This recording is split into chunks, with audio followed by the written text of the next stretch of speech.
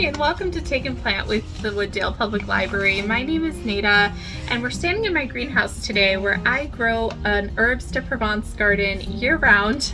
But today I'm sharing with you some secrets and tips for starting your own garden with our Take and Plant kits. So I just wanted to share this recipe with you because I've been growing my own Herbes de Provence for a while, and the aromatic blend is just so beautiful. It really adds a special touch to different dishes such as red meat, poultry, and vegetable dishes, and it's so versatile that I've heard of people even using it like in custards and desserts in France. So really the possibilities are endless, and it's so easy to grow. As it gains popularity, you might be seeing bottles of this pop up at the grocery store. They're charging anywhere from $10 to $25 for a bottle. You can make it yourself and it tastes delicious and it's so easy. So I'll teach you how to do that on your own, and hopefully you'll have an Herbes de Provence garden growing soon.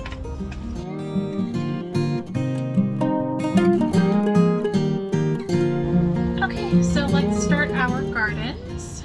This bag contains everything that we need for the Herbes de Provence. First thing that we want to pull out is this sheet of paper. This has instructions on how to plant each individual variety, as well as a quick overview of how long to leave things in their pots and how to dry the herbs and combine them together to make our final combination. So we'll put that aside for now, but we'll need it as we move along. The second thing that is in your bag is a plastic Ziploc bag of Miracle-Gro potting mix. This is a good seed starter because it has a lot of nutrients that the seedlings will need in order to germinate. And then we also have a stack of 6 paper pots. They're pretty small, but just big enough for a little seedling, so they should be able to accommodate your seedlings until you can move them to a bigger pot. I would recommend something between 3 and 5 inches in diameter. You can choose a larger pot or a smaller one if you need to, but just keep in mind that you might have to move things over into bigger pots as they grow. And the last thing in your bag should be 6 seed packets. They're all labeled individually. So we've got summer savory, rosemary, basil, oregano, marjoram, and sage. So 6 total. You can put that aside.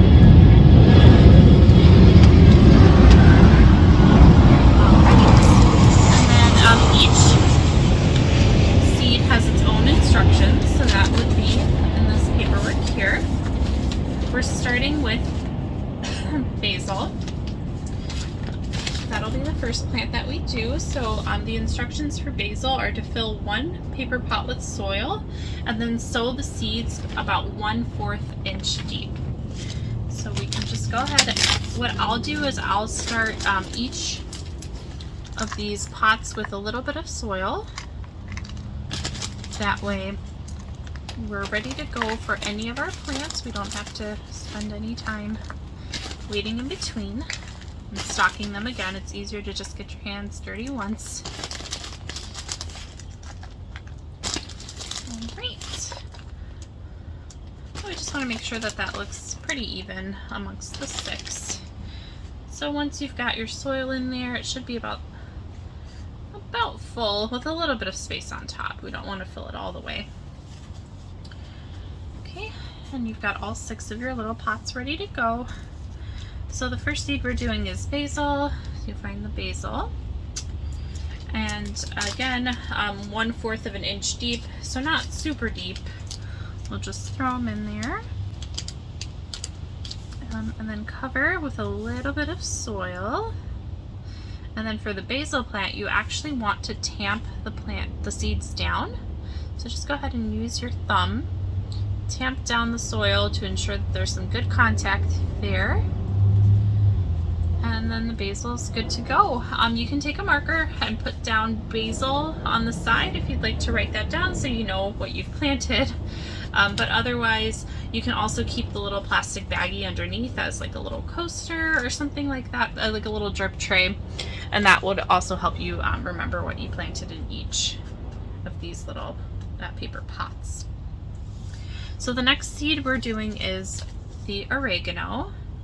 For this one, same thing, you fill up a pot up nearly to the top with soil, and then you'll sow these seeds, but you do not cover them. So what that means is basically you take the seeds, put them into the palm of your hand, and then you just sprinkle them on top.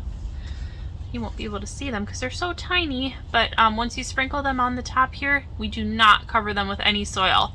They need a lot of light to germinate, and we don't want to cover them up, so we'll leave them open like that. Now for this oregano, as it grows, you can actually fit up to 3 seedlings in a pot. So it will grow pretty small. That one is not averse to crowding, so you can place more than 1 plant in a pot. All right, the next one we'll do is rosemary.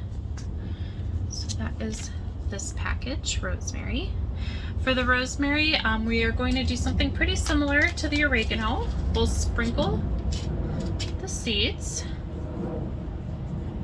All right, and then once the seeds are sprinkled in there, we're just going to cover them lightly. Just a little bit of dirt on top. So they're also very tiny seeds, can't see them very well, but there we go. So they're a little bit covered. These do take about 8 to 10 weeks to germinate, so for this one you might want to cover it with some plastic to help speed up that process. Then we're going to move on to sage. For the sage, this one is similar to rosemary, so you'll take the seeds and scatter them on the top.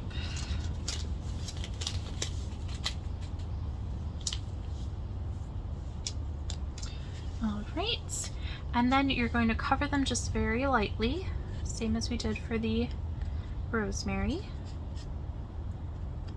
Okay, now sage is a perennial plant, so this one you're going to want to put in a bigger pot as it grows, because you can actually have this for many years on end. If you take care of it and you water it properly and keep it in a sunny spot, that should keep producing for years to come. All right, summer savory is our 5th one. This one, we are going to sow the seeds on the surface and not cover them. So these seeds are pretty tiny too, and when we put them down, since they're so small, if we don't leave them uncovered, then they might not get enough sunlight. So we want to make sure that they are uncovered.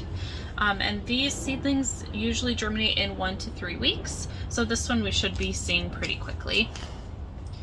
And then our last one is marjoram. So for this one, we're gonna do something similar to what we did with the basil. We're gonna go about 1/4 of an inch deep. And we're going to cover that with some soil.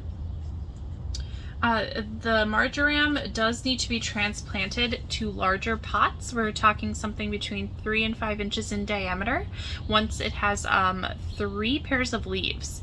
So for this one, it can grow pretty large. You can put multiple plants in one planter, but it's not necessary since it grows pretty large on its own. So that's it. So now we've started our seeds. I have my watering can here, but you can just go ahead and use a smaller one or just use a sprinkling of water, whatever works for you. And just go ahead and water your seedlings. Perfect. And then watch them grow.